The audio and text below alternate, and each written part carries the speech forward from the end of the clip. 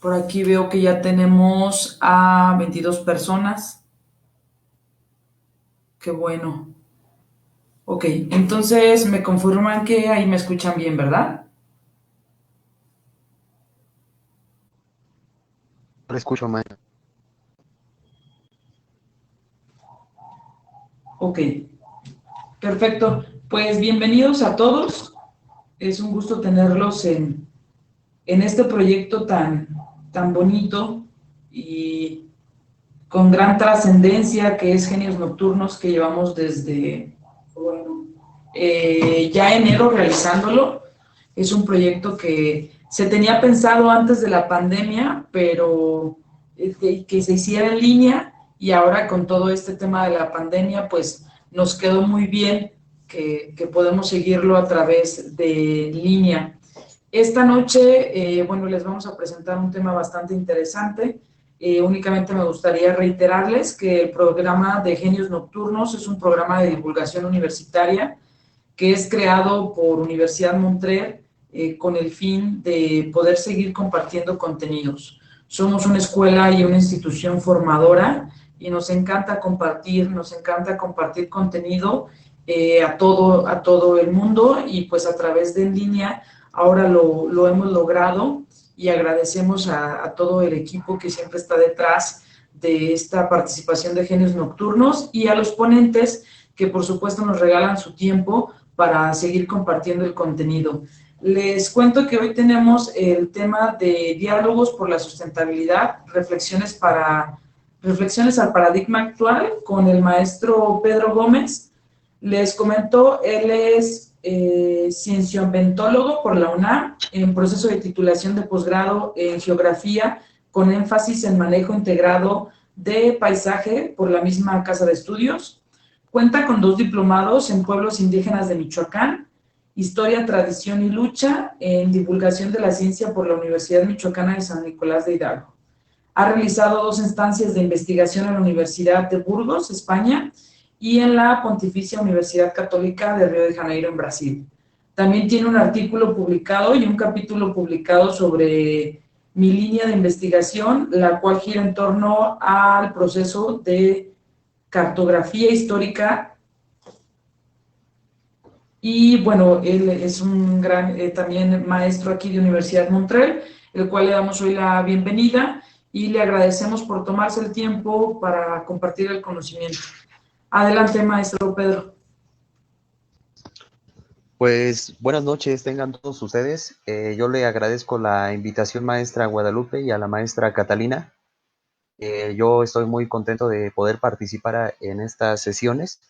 Creo que siempre la transmisión de la ciencia es una tarea muy bonita, ¿no? Porque como sociedad es difícil informarnos.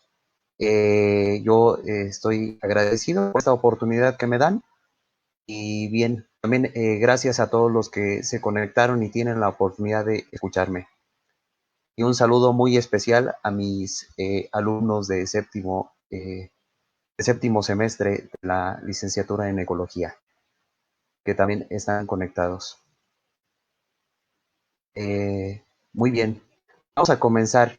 Bien, el tema de hoy le decidí llamar diálogos por la sustentabilidad, porque en el paradigma actual todos nos lo plantean como una solución. O sea, este es el gran paradigma, este es la gran utopía que se busca alcanzar, ¿no?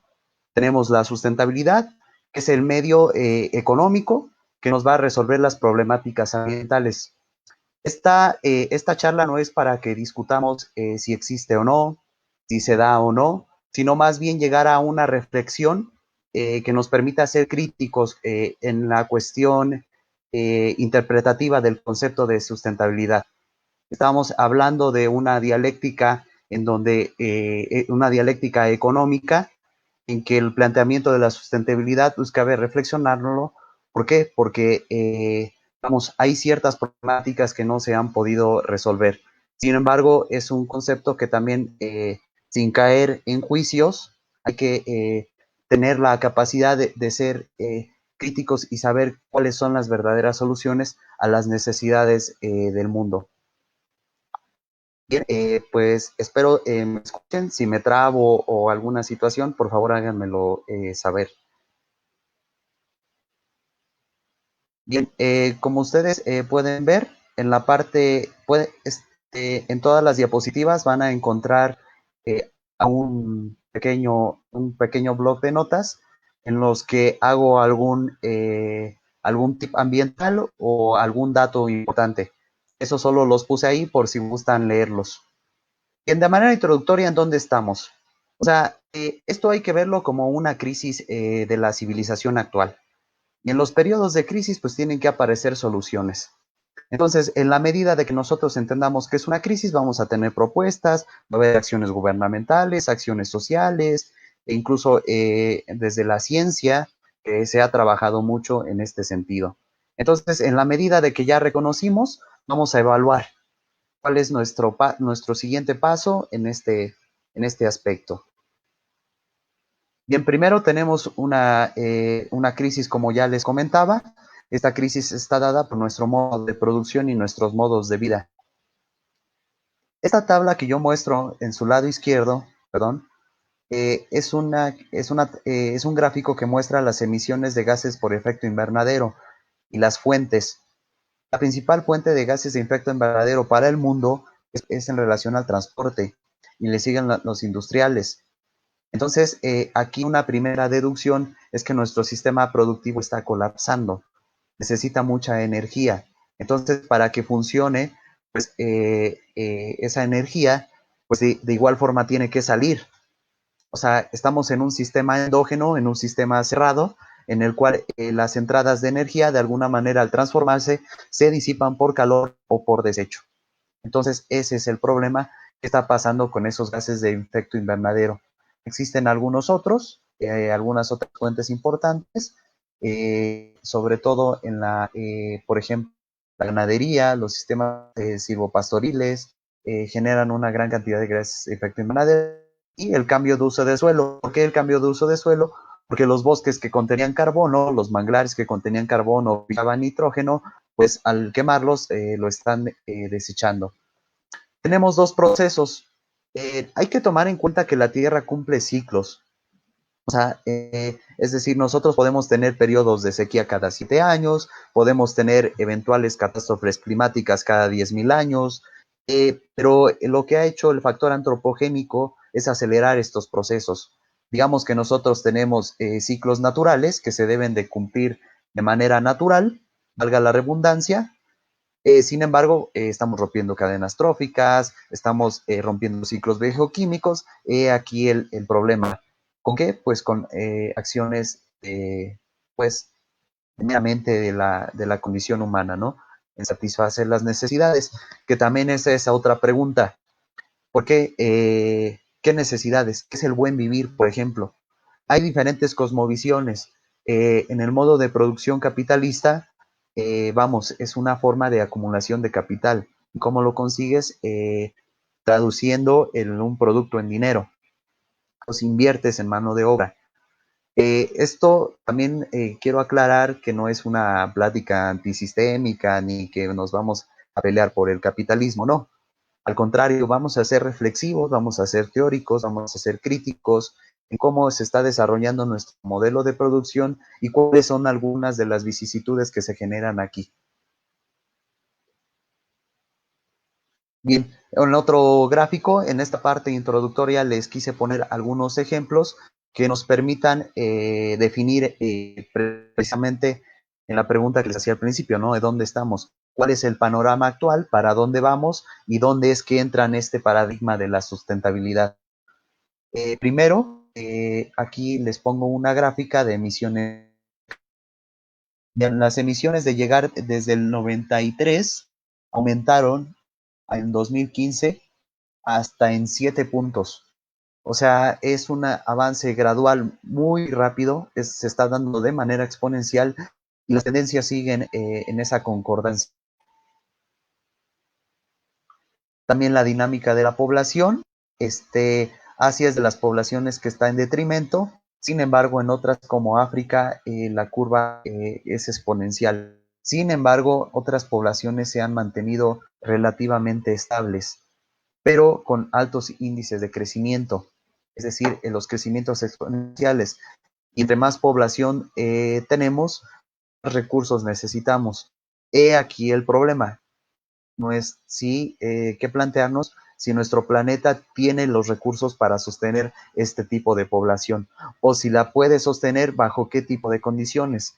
Obviamente, si nosotros queremos tener un estilo de vida en donde tengamos recursos económicos y la capacidad de producir y de consumir, pues va a ser muy complicado. Esto se ha medido a través de la huella ecológica. La huella ecológica hace referencia al terreno, al espacio que se necesita para que viva una persona.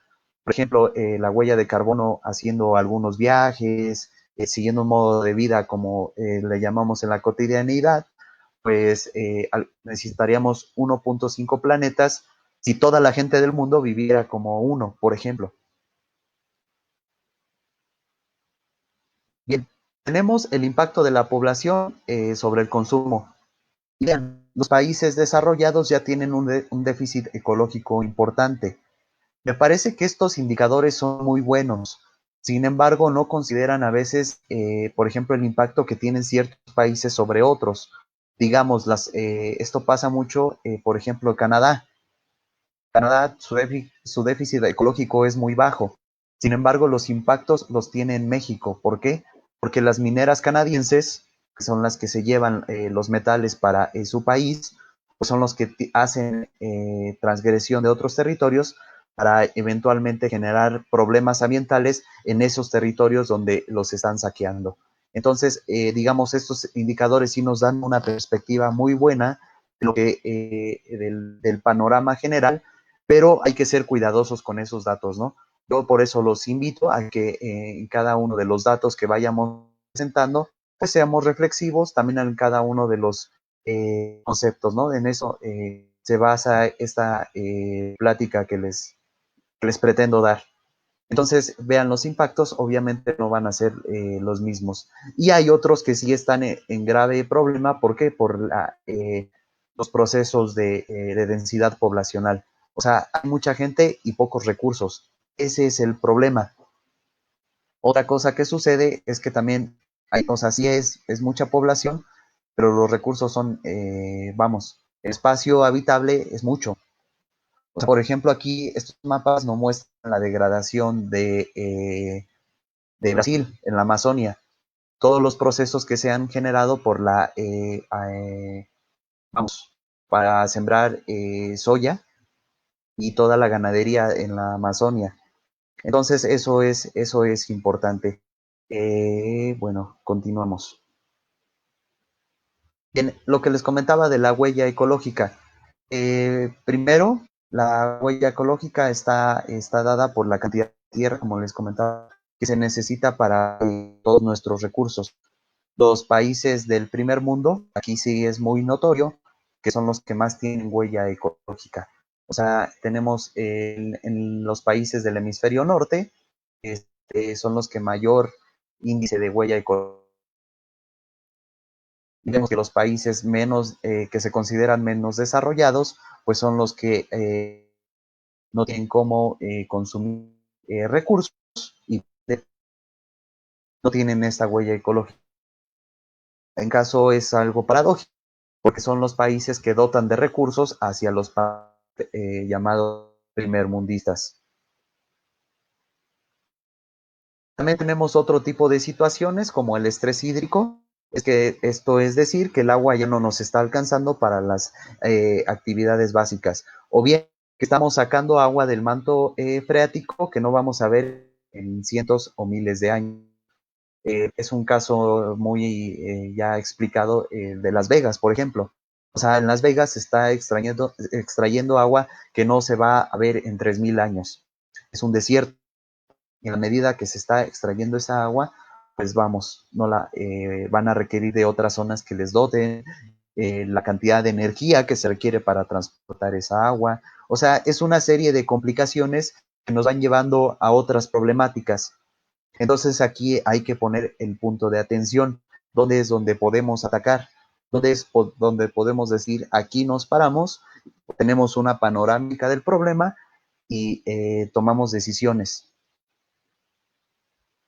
Bien, también va estas infografías que pongo, primero es porque las propone la ONU. O sea, la ONU da una serie de recomendaciones en conjunto con la FAO, con otros de estos organismos internacionales que están en los tratados internacionales y que proponen, ¿no? Que dicen, hay que hacer estas acciones, hay que dirigir estos puntos para que, digamos, el nivel de calidad de vida mejore. Lo pongo entre comillas porque no sabemos cuál es el concepto de calidad de vida y varía en cuanto a las cosmovisiones en diferentes perspectivas. Ese es aquí el problema también de estos indicadores. Pongo el objetivo 8 que propone fomentar una alianza mundial para el desarrollo. Aquí hay un vacío en el concepto de desarrollo también. ¿Qué le llaman desarrollo? O sea, en el desarrollo humano, el desarrollo que tengas, a lo mejor el desarrollo se entiende con que tengas la capacidad no solo de las necesidades básicas, ¿no? Sino que tengas un modo de vida, una condición de vida como los países primermundistas. Entonces, vean los fondos que se dieron para la asistencia social del año 2000 y del año 2014. Casi se duplicó. Eso pues también hay que considerar la inflación, ¿no? Y la penetración en el mundo del Internet. Vean, el año 2000 apenas el 6%. Para el año 2015, a nivel mundial, la mitad de la población tiene acceso a Internet. Estamos súper comunicados. Esa comunicación ha tenido paridades. ¿Por qué? Porque ha significado una revolución en las comunicaciones. Sin embargo, ha dejado puntos que bueno que vamos a ir discutiendo a lo largo de la presentación. También el objetivo 7 lo que marca es garantizar la sostenibilidad del medio ambiente. Esto ya viene, lo vamos a mostrar más adelante, pues desde la Cumbre de Río, con algunos enfoques desde Karl Popper, por ejemplo, un teórico que pone que dice, se están contaminando los ríos allí por alrededor del mediados del siglo XX, que fue uno de los pioneros en divulgar la contaminación. O sea, lo que hace Karl Popper, él dice, están contaminando mis ríos. O sea, y ya ponen tela de juicio la contaminación. Es decir, ya pone sobre la mesa, sobre la agenda, y luego se dan una serie de procesos. Por ejemplo, en los 60, la Revolución Verde, 60, 70, la Revolución Tecnológica, hasta la época contemporánea con la revolución del Internet, ¿no? ¿Por qué también esto del Internet? Estamos necesitando muchos dispositivos para conectarnos. Entonces, imagínense todo el desecho que se genera. Bien, en el mundo, casi 2.000 millones de personas tienen acceso a agua potable suministrada. Desde 1990. Para 2015, digamos que 2/3 de la población ya tienen agua potable. Pero 1/3 de la población es muchísimo. Incluso en ese 1/3 de la población, cuando llegan a accesar a agua, es insalubre. Ese es el problema y es saber dónde atacar. Aquí también hay que entender la realidad de las problemáticas ambientales. Eh, yo les pongo de ejemplo un autor, no recuerdo el nombre, los cataloga como problemas complejos. ¿Por qué? Porque no se resuelven con buenas intenciones, no se resuelven, vamos, para casi como plantando arbolitos. Las cosas no funcionan así. O sea, se debe crear toda una estrategia sistemática, metodológica, de análisis general, científica, que permita atender estos puntos críticos en los que estamos, porque en fin, es cubrir una necesidad básica, por ejemplo, el abasto de agua. Y también hay acciones muy buenas, ¿no? Por ejemplo, desde 1990 se eliminó el 98% de las sustancias que agotan para el ozono. En los últimos resultados de análisis científicos presentaron que la capa de ozono estaba regenerada en un 85%. En algunos noticieros me dijeron que ya estaba completamente regenerada. Entonces, yo también los invito a leer artículos científicos donde pues nos muestren una información verídica. Y también es el papel de la divulgación científica. Si alguien le gustaría dedicarse a esto. O sea, a veces los científicos tienen que aproximarse a cómo la sociedad entendemos los datos y los resultados. Nosotros no estamos familiarizados con algunos tecnicismos y ese tipo de lenguaje. Entonces, es el papel de la divulgación encontrar estos métodos para que la información llegue de forma veraz a todo tipo de población. Bien, también existen algunas propuestas porque finalmente pues nosotros necesitamos recursos. ¿Y en qué medida vamos a conseguir esos recursos? Pues siendo creativos, aplicando modelos de desarrollo que vayan acorde al medio ambiente, aplicando modelos teóricos que nos permitan sustentar una vida sana, saludable, con recreación, con igualdad de oportunidades. Este, por ejemplo, es un modelo del gobierno de Nicaragua. Ellos lo que buscaban es erradicar la pobreza, pero ellos que pensaban, voy a erradicar la pobreza dando una condición ambiental buena, efectiva, que me permita crear las condiciones, que me permita crear un modelo de vida que vaya acorde a las necesidades ambientales y a las necesidades económicas.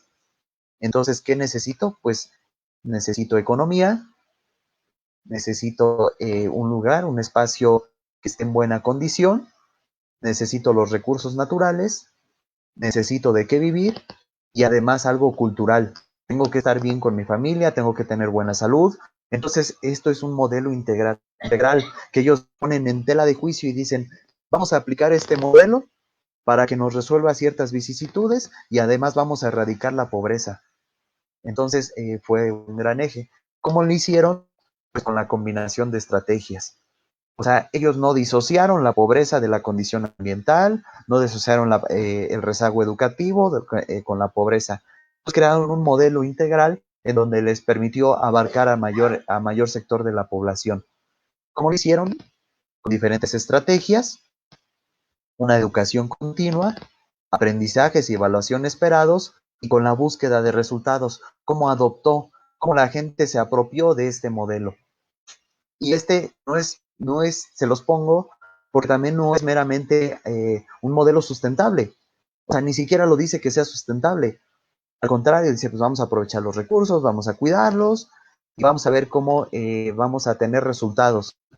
Entonces, vean, por ejemplo, modelos de negocio, o sea, se adaptan al sistema económico en concordancia con las formas de vida, es decir, te voy a comer, pero no te voy a sobreexplotar. Es también lo que nos dice. También la repartición del trabajo y, bueno, qué es lo que queremos alcanzar, cuáles son nuestros objetivos, qué modo de vida queremos tener. Este modo de vida también se los pongo mucho porque viene incluso desde Bolivia, con el llamado concepto del buen vivir. Este concepto ellos lo manejan de una manera, incluso de cosmovisiones ancestrales, en donde dicen, pues yo no quiero los grandes recursos para vivir, yo quiero felicidad, un patrimonio, un medio ambiente sano, que mis hijos tengan los recursos para que puedan subsistir de buena manera y un ambiente sano, que también está marcada en muchas constituciones del mundo. Bien, entonces vamos al tema del desarrollo sustentable. O sea, vamos a tener opciones en donde existe un desarrollo sustentable. ¿Por qué se parece? Y luego ya en la otra parte vamos a entender a lo que yo algunas reflexiones. Bien, primero, perdón, mal. El concepto que nos dice la sustentabilidad es satisfacer las necesidades sin comprometer las de las generaciones futuras. Es decir, que ya se reconoció que existe un limitado, que los recursos son limitados y a la medida de que son limitados, pues vamos a cuidarlos. Pero no nos dice que hay que dejar de producir, no nos dice que hay que dejar de consumir. Por eso surgieron corrientes desde la economía ecológica, desde la economía de los recursos naturales, en donde ven todas estas disparidades. O sea, sí está el modelo de desarrollo sustentable, pero pues a mí nadie me ha dicho deja de consumir porque es malo. Al contrario, reutiliza, compra productos sustentables pero hay que evaluar en qué medida son sustentables. Vamos, si nuestro modelo sustentable nos está permitiendo que esos recursos se salvaguarden para las generaciones futuras. Entonces, por eso mi pregunta es si de verdad se puede crear este modelo. Yo no estoy diciendo que sí se puede o que no se pueda, sino simplemente hay que ser críticos, es decir, nuestro modelo sustentable nos está llevando a una serie de problemáticas que si bien ha tratado de resolver algunas, otras han quedado muy vagas, ¿no? Entonces aquí es, ¿cómo le hacemos? ¿Qué se propone? Aquí les pongo una imagen entre dos modelos, digamos, de agroforestería. En el primero tenemos un modelo de sequía con erosión de suelos y en otro, digamos, en un modelo más donde hay una armonía. Primero hay diversidad de especies, o sea, los sembradíos no son por monocultivo, se hace rotación de la tierra, se crean otro tipo de condiciones ambientales para que, vamos, se aprovechen de mejor manera los recursos. Incluso vean, está un modelo de ciudad en donde pues no está desgregado. Entonces, bien, vamos a conservar cierta zona, vamos a dejarla en área verde, nos concentramos en la ciudad y es un buen modelo. Este caso pasa mucho en la ciudad de Morelia. Existe un periurbano muy importante y que ha abarcado zonas incluso que se creían inaccesibles. ¿Esto por qué? Por la desigualdad. O sea, la gente no tiene dónde vivir y se adapta a donde puede, o donde va a zonas que son muy baratas y que son inaccesibles inclusive y que no llegan los recursos. Este modelo de ciudad pues se ha vuelto característico de ciudades medias y se ha vuelto característico porque tienen desigualdad de oportunidades, o porque son ciudades poco industriales, donde no hay recursos, donde no hay trabajo, y aparte la acción gubernamental, no hay una planeación urbana, ¿no? O sea, no se le dota de recursos a la gente para decir, pues aquí vivimos, te hago un modelo de negocio donde te permita comprarte una casa a un precio accesible y en un lugar digno. Además que, bueno, se ocupan zonas que se creían que eran para la conservación. Estos se los pongo así como algunos ejemplos que nos van a ayudar a entender todos estos modelos y a cómo vamos a ir avanzando. ¿Para qué? Para que tomemos conclusiones de qué es lo que el desarrollo sustentable me está permitiendo y qué no me está permitiendo. Y además que no todo es que no se aplique la sustentabilidad, sino también que hay acciones desde el sector social, desde el sector privado, gubernamental, internacional inclusive, que bueno, que dejan en claro que las prioridades son otras, ¿no? Bien, aquí comenzamos a entender esta reflexión en donde, pues vamos, ¿cómo atendemos esta problemática ambiental? Este es un autor que, bueno, si algún día lo gustan leer, su libro se llama Racionalidad Ambiental, es Enrique Leff. Es muy bueno y explica todo este modelo económico desde los factores económicos, ontológicos, antropogénicos, que llevan a una reflexión muy importante de nuestro modelo de producción. Entonces, primero pone que la problemática ambiental emerge como una crisis de civilización, que es lo que es el concepto que yo les planteaba en un principio. Es decir, ya estamos en una crisis. Y se los voy a poner con un ejemplo. México participa en el Panel Internacional del Cambio Climático. Hasta a principios de la década de inicios del siglo XXI, México participaba en módulos para combatir o para prevenir el cambio climático. Ahora, a partir del 2010, entre la década de 2010 y 2015, ya tiene un sector del gobierno que se dedica a la mitigación del cambio climático. Es decir, ya se reconoce que el cambio climático está afectando el modo de vida de la población. Entonces, ¿cómo le hacemos? Pues ya se creó un instituto para la mitigación del cambio climático. O sea, esta crisis civilizatoria siempre en el futuro, ¿no? ¿Qué le vamos a dejar a nuestros hijos? ¿Qué va a pasar en el mundo? Pero no, ya estamos, o sea, esta crisis civilizatoria ya está. Vean, dice, parte de la cultura occidental y de la racionalidad de la modernidad. Eso quiere decir que estamos entendiendo por la modernidad, estamos entendiendo una acumulación y modelos económicos que no nos están sirviendo, que están llevando a catástrofes ecológicas y un desequilibrio de la economía. ¿Por qué desequilibrio? Porque unos cuantos están acumulando gran riqueza y otros están sin qué comer. Ese es el problema. O sea, no es posible que el 1% de la población tenga el 50% de la riqueza mundial. O sea, eso es una disparidad económica muy, muy importante. Y vean cómo lo pone, como el desquiciamiento del mundo que conduce a la cosificación del ser y sobreexplotación de la naturaleza. ¿Por qué? Porque hay una necesidad imperiosa de los recursos naturales. Bien, entonces lo que propone él es llegar a una racionalidad ambiental. ¿Cómo se llega a esa racionalidad ambiental? Consiguiendo modelos de cambios paradigmáticos. Es decir, sitúa al hombre como un ente más de toda de todos los seres vivos. O sea, hay que reconocer que nosotros pertenecemos a un ecosistema y donde en ese ecosistema llegan otras organismos que también cumplen funciones ecosistémicas y que también tienen derecho a una de vida. Bueno, esto lo da por las leyes ecológicas.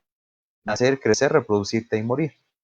Sin embargo, lo que hacemos es que nuestras necesidades van más allá de esto, a producción que a veces va más allá de esas necesidades. Entonces, esta racionalidad ambiental reconstruye el mundo desde la flecha de cómo ha evolucionado nuestro pensamiento respecto a la sustentabilidad y a la consideración de lo que pensamos como ambiental. Y necesariamente de la muerte entrópica a la muerte entrópica del planeta. ¿Por qué lo llama así?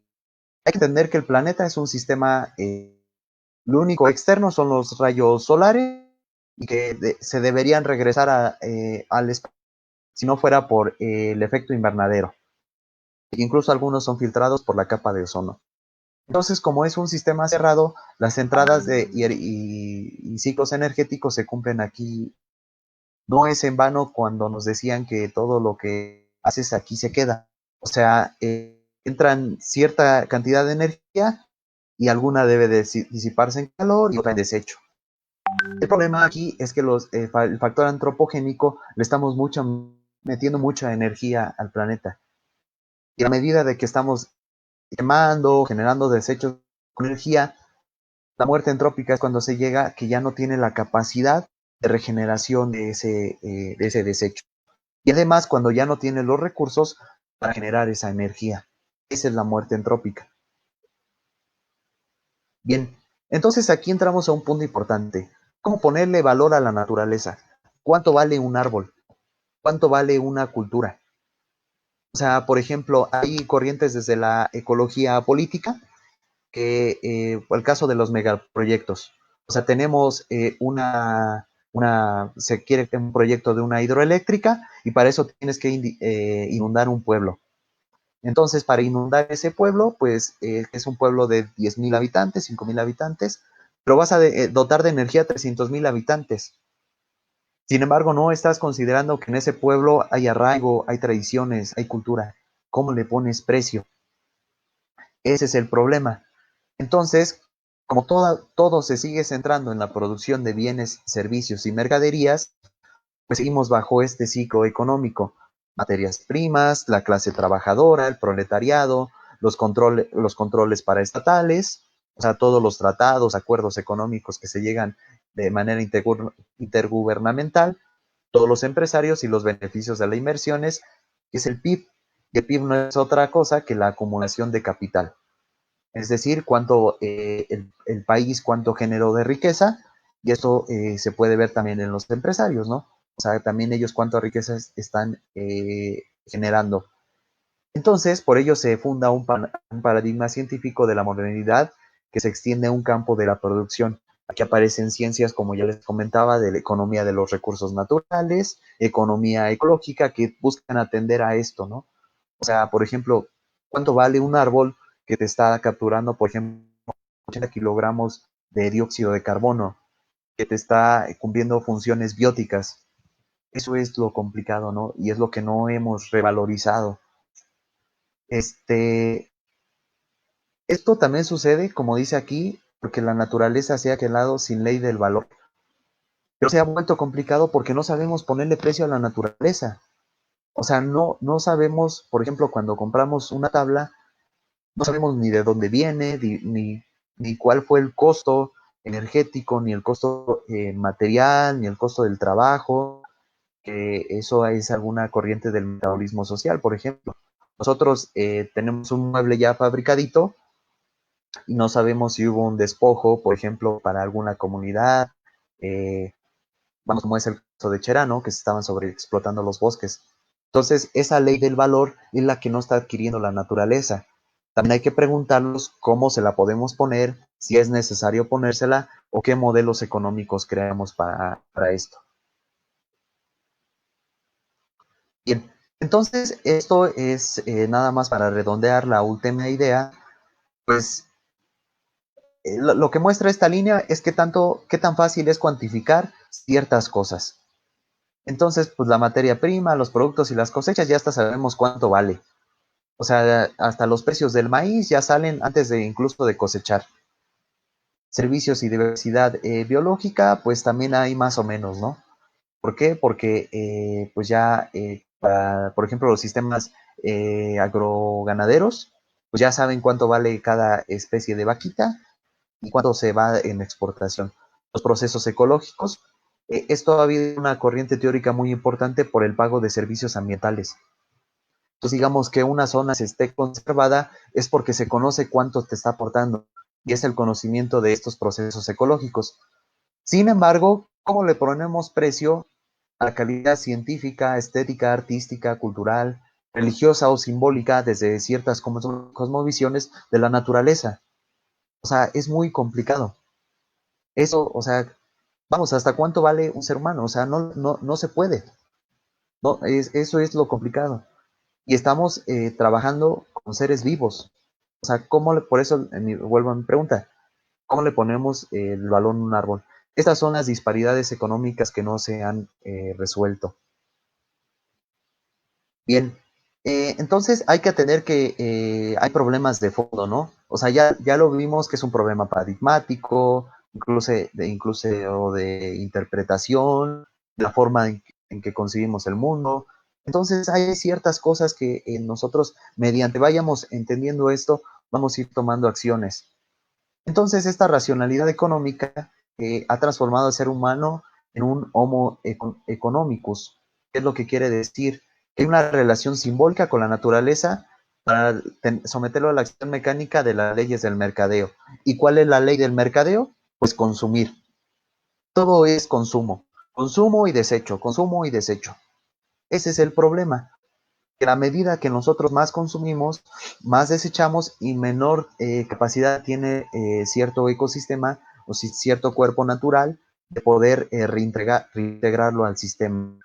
Este problema ya ha sido muy documentado y por eso pongo el ejemplo de la obsolescencia programada. ¿Qué es lo que está pasando? Digamos que si tú comprabas unos calcetines en 1960, duraban 30 años. ¿Por qué? Porque utilizaban lana, porque el nylon era de buena calidad, digamos, por estas circunstancias. Sin embargo, pues ya ahorita compras unos calcetines, a lo mucho te van a durar un año o dos. Es a lo que se le llama obsolescencia programada. También hubo un caso muy dado de una demanda a la marca Exxon por parte de un estadounidense. Es un caso que se dio en Estados Unidos. Este personaje descubrió que su impresora dejó de funcionar a partir de las 3.000 impresiones, que empezaba a tener deficiencias en la impresión, o sea, vamos, surgieron diferentes problemas. Y en todo ese estudio descubrieron que estaba programada la impresora para dejar de funcionar en ese punto específico. A esto es lo que se le llama obsolescencia programada. Las cosas están dejando de funcionar para que a cierta utilidad ya tengas que comprar otra. Lo deseches y pues lo mismo, comprar algo nuevo. Por esto se sacan modelos tecnológicos de manera muy rápida y muy constante. Eso es el fundamento de la obsolescencia programada. O sea, tenemos un iPhone, ya no sé en cuál va, el 13 o 14, cuando salió hace 6 meses el 11. O sea, eso es, vamos, si es, ellos lo definen como, o lo escudan en el crecimiento tecnológico. Entonces, este crecimiento tecnológico ha sido cuestionado por la obsolescencia programada. También la economía sigue promoviendo un crecimiento sin límites. O sea, el desarrollo sustentable tampoco ha sido un motor en decir hasta aquí debemos dejar de construir, de progresar y de producir, y niega estas condiciones potenciales y constreñimientos de la naturaleza. O sea, en este crecimiento exponencial, pues vamos, no se ha preguntado cuáles son los recursos que necesita la naturaleza para su regeneración. Entonces aquí les pongo algunos datos críticos. Esta es la cantidad de toneladas de petróleo que se necesitan anualmente para cumplir la demanda energética, ya sea que se utilice para cualquier actividad en el mundo. La relación entre producción y petróleo nos da en 41.5 años. Es decir, que si sigue nuestra tendencia de producción, las reservas ya van a escasear en 40 años. Que 40 años en la vida o en la escala humana, pues es mañana, ¿no? O sea, tenemos muy poco tiempo para definir acciones que nos permitan, pues ya tener consideraciones en cuanto a esto. Desde 1960 ya se documenta la sobreexplotación de ecosistemas, y otra, la mitigación del cambio climático duraría 50 años. Imagínense que ahorita detenemos todo nuestro sistema de producción y nos vamos a vivir en cuevitas para tener el menor gasto energético. Pues las acciones humanas ya tuvieron un impacto muy importante, y esto tardaría 50 años en mitigarse. Bueno, en esa escala sí es muchísimo. En la escala de la vida humana, pues sí es mañana, ¿no? Bien, tenemos una crisis ambiental que ha puesto al descubierto la sustentabilidad ecológica de la racionalidad económica. O sea, ya la sustentabilidad surgió en un apuro de que estamos agotándonos los recursos. Entonces ya, ¿cómo le hacemos? Pero además surgió porque a los gobiernos ya les estaba generando problema. O sea, ya no era de que la población se está enfermando por mercurio, por algunas sustancias químicas, o se está enfermando porque no alcanzan los alimentos, o por el uso de agroquímicos. Entra en la agenda, pero también entra en la agenda gubernamental, porque ya se pone ahí, si nos estamos acabando los recursos, ¿y cómo le vamos a hacer para producir capital? Entonces ahí sí ya pues nos va a hacer falta el dinerito, ¿cómo le vamos a hacer? Entonces, en 1962 se escribe la Primavera Silenciosa. Entonces ya este libro fue un boom, en donde dice, pues como que hay problemas ambientales, pues ¿cómo le hacemos? En 1982 ya fue la primer cumbre de la Tierra. Entonces ya se va reconociendo todas las problemáticas que van de la mano con la cuestión ambiental. Para el 92 es la cumbre de Río. Esta cumbre de Río de Janeiro fue muy importante. ¿Por qué? Porque aquí se da el concepto de desarrollo sostenible, sustentable.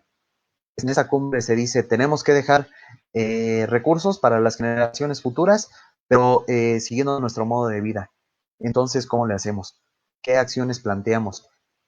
En el 96, perdón, aquí no es 92, es 96, hubo muchas discrepancias porque pues en las cumbres se firman tratados, pero la Unión Europea hizo ensayos nucleares. Entonces empiezan a haber conflictos interinstitucionales. Y hasta el 2007 se logró redefinir el protocolo de Kioto, que entra para reducir los gases de efecto invernadero. La meta del protocolo de Kioto es que la temperatura no suba a 2 grados, porque si sube 3 las catástrofes climáticas serían impresionantes. O sea, vamos, el que esté a 2 grados antes de alcanzar el punto máximo de la temperatura, que son 3 o 4, pues vamos, nos da la posibilidad de mitigarlo y nos da la capacidad como seres humanos de adaptarnos a estas condiciones. Pero vean, o sea, 2 grados es a una escala de temperatura y todo lo que esto genera, pues es mucho. Por ejemplo, desde la biogeografía se estudia cómo las especies han ido cambiando de su espacio para encontrar, para encontrar las condiciones para vivir. Vemos cómo se han recorrido las zonas propensas a la erosión. Hay muchas disparidades que se han generado a partir del cambio climático. Bien, nosotros tenemos que vivimos en un sistema social que comparte energía, materiales e información con el ecosistema. Entonces, en la medida que las actividades humanas se relacionen con este ecosistema, pues va a haber servicios ecosistémicos, pero también va a haber una retroalimentación. Aquí lo importante que es encontrar los puntos de equilibrio. Para ello se necesita conocimiento, tecnología, organización social, valores, y que todo sea aplicado por esta población. ¿Para qué? Para que, digamos, se encuentre en armonía con los servicios ecosistémicos. Hay que entender que nosotros vivimos en un socioecosistema y que ese socioecosistema lo compartimos con otros seres vivos. Entonces, en la medida que vayamos entendiendo esto, pues vamos a comprender que los ecosistemas sí son un capital natural, pero también albergan vida, albergan funciones y tienen funciones ecosistémicas. Incluso no funciones antropogénicas, sino funciones para que se desarrollen a priori, o sea, ellos con otras especies. Tenemos un sistema social con el capital humano, y bueno, aquí es conservar o restaurar, que ese es de eh, las, las grandes acciones que se deben de tomar, ¿no? Y por ello se han creado muchos programas y muchos trabajos, ¿no? Como áreas naturales protegidas, con zonas de restauración de flora y fauna, que han permitido desarrollar todos estos acuerdos. Entonces, ¿cómo afrontamos los retos que exige la sustentabilidad? Entonces, vamos, si ya nos vamos a quedar con un modelo sustentable, ¿qué es lo que debe permitir? ¿A dónde le vamos? Primero, economía ambiental, una evaluación de costos y beneficios ambientales. O sea, sí voy a obtener unos buenos millones con la extracción de oro y plata, pero ¿cuál es el costo ambiental? ¿Cuánto voy a gastar en biorremediar o remediar el suelo, el aire, de todo lo que contamine? O sea, sí puedo explotar un lago, sí puedo explotar un océano, pero también tengo que poner el costo de cuánto me va a costar recuperar cierta especie, recuperar cierto suelo, y cuánto tiempo me va a llevar. Eso es algo también que se no... Desde la economía ecológica, ¿cuál es el límite entrópico de los procesos productivos? ¿Cuánto tiene la capacidad el ecosistema de regenerar? ¿Puedo desechar esto? Y si le metemos más al sistema, ya no se va a poder desechar. Ese es otro gran reto de la sustentabilidad. Y la parte ambiental, ¿cuál es el potencial de desarrollo sustentable? O sea, si de verdad nos va a alcanzar para lograr todos estos objetivos. Tenemos cómo funciona la economía. Yo les comentaba que es una transformación de la energía y alguna se pierde por residuos, por calor, y otra la energía útil, que es la que se aprovecha. Discúlpenme que vaya rápido, pero es por el tiempo. Entonces, también, ¿cuáles son otras propuestas? Una economía de estado estacionario. Que los recursos no renovables sean explotados a ritmos que permitan su reposición. Les pongo un ejemplo. Tenemos un bosque de 150 años. Lo talamos, en verdad nos vamos a esperar 150 años en que otra vez se regenere. Y aquí el dilema, ¿qué tanto de esos recursos nos van a alcanzar? Porque afuerita ahí nos está esperando una población de 7,000 millones de habitantes y que todas están demandando recursos. También que las emisiones de desechos no excedan la capacidad de asimilación. Es decir, si por ejemplo nosotros vertimos un contaminante en un ecosistema, que se tenga la capacidad de absorberlo y además de que se reintegre de manera natural al ecosistema, es decir, que se degrade.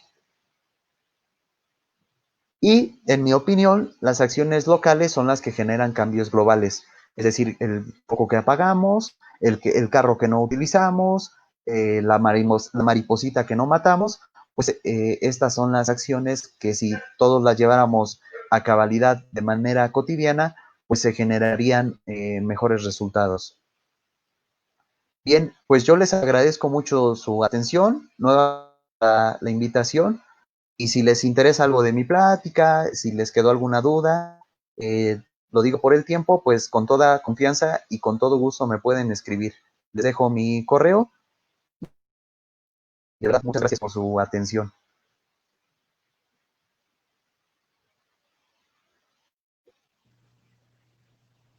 Muchísimas gracias, maestro. No sé si alguien tenga alguna duda, quiere hacer algún comentario. Estamos aquí, el maestro nos apoya con alguna duda. Adelante.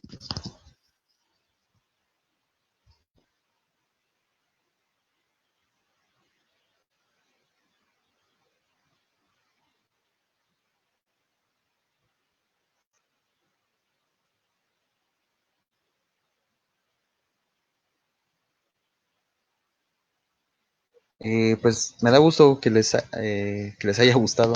Sí, son temas muy interesantes. Que bueno, yo les invito que más allá de criticar algún problema que existe, pues nos lleven a la reflexión y replantearnos ciertos esquemas, ¿no? Que ya tenemos o ciertos modelos. Y con mucho gusto, maestra Catalina. No sé si alguien tiene alguna pregunta o comentario. También es buena la retroalimentación.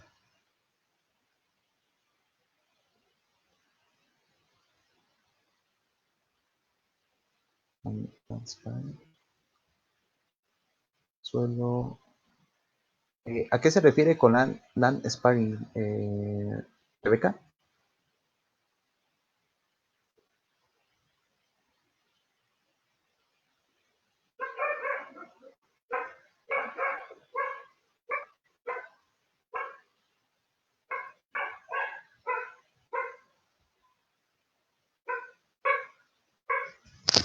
Hola Carla, tu pregunta es muy buena. Hay algunos productos que se han creado bancos internacionales para almacenar todos estos desechos. Unos son muy, vamos, que solo se utilizan para desechar, como es el caso de la India. O sea, la India es el basurero de Estados Unidos, por ejemplo. Y hay otros como Suecia que han aprovechado todos estos recursos para crear indumentaria, para crear, vamos, innovaciones tecnológicas que les permitan aprovechar estos recursos. O sea, incluso la basura se ha convertido en un modelo de negocio para algunos países y en la medida que se ha adoptado estas medidas de reciclaje, pues ha sido, pues ha sido adoptado. Nos dice Rebeca que la idea de dividir las tierras para que sean en conservación y otras para solo uso urbano o combinarlo de manera sustentable. La verdad, yo no estaba muy documentado en los conceptos que usted comenta, Rebeca, pero sí es muy importante y se ha logrado con modelos, por ejemplo, desde la agroforestería, llámese la rosa tumba y quema, o algunos otros modelos de rotación de cultivos, ¿no? Esto ha servido, por ejemplo, para dejar nutrientes de los cuales carecía el suelo. Si todos los años sembraba maíz, ahora siembro frijol, por ejemplo, para que fije el fósforo. Esa es la medida en que esas medidas se han utilizado, pero sí es muy interesante lo que tú comentas. México va a alcanzar este proceso en la medida de que su desarrollo tecnológico, ya sea por inversión privada o inversión gubernamental, se alcance. El problema aquí es la concientización también. O sea, cuando pasa el camión de la basura tiramos todo. Y ese es el problema, no tenemos una cultura de separación de basura y de reciclaje. Yo creo que por eso, por ahí pasa esa problemática. Con mucho gusto. No sé si alguien más tenga otra pregunta. Si da tiempo, no sé cómo andamos de tiempo, maestra Guadalupe. Eh, yo creo que de tiempo quedamos bien. Igual, si gusta contestar la pregunta, maestro. Ok. Nos pregunta Carla, ¿cree que el modelo integrado del que nos hablaba sea el que nos conduzca a un mayor alcance en cuanto al desarrollo sustentable o va más allá de eso? Primero, hay que separarlos, ¿no? O sea, el modelo de integrado me va a permitir una cosa. ¿Qué me va a permitir? Primero, generar una armonía con los ecosistemas. Y en la medida de que esa armonía ya me permita tener un sistema productivo sustentable, pues ya vamos a cambiar ciertas formas de producción. Y sí va más allá de eso también porque es un cambio paradigmático. O sea, tenemos que cambiar los esquemas de producción. Vamos, si ahorita le propones a algún empresario, vamos a crear una economía de estado estacionario, pues te van a correr a los 2 segundos, ¿no? Porque pues su modelo de negocio es crecer, crecer, crecer, producir, producir y seguir acumulando capital. Ese es aquí el problema. ¿Cómo cambias eso? ¿Cómo pones, tienes que ganar riqueza hasta este punto? Ya no produzcas. Yo creo que por ahí va la relación, Carla. Gracias por tu pregunta. Ok, pues cerramos justo a tiempo, maestro. Muchísimas gracias por su aportación. Gracias por darnos la oportunidad de conocer un poquito más de este tema. Gracias también a la maestra Catalina por la facilitación de que esto sea posible, esta conferencia de genios nocturnos. Y pues a nombre de Universidad Montreal, gracias a todos los asistentes. Los invitamos a que nos sigan allí a través de redes sociales para que conozcan los próximos temas que vamos a estar realizando. Muchísimas gracias a todos y buenas noches. Nos vemos en la próxima emisión de Genios Nocturnos. Muchas gracias a todos y que estén muy bien.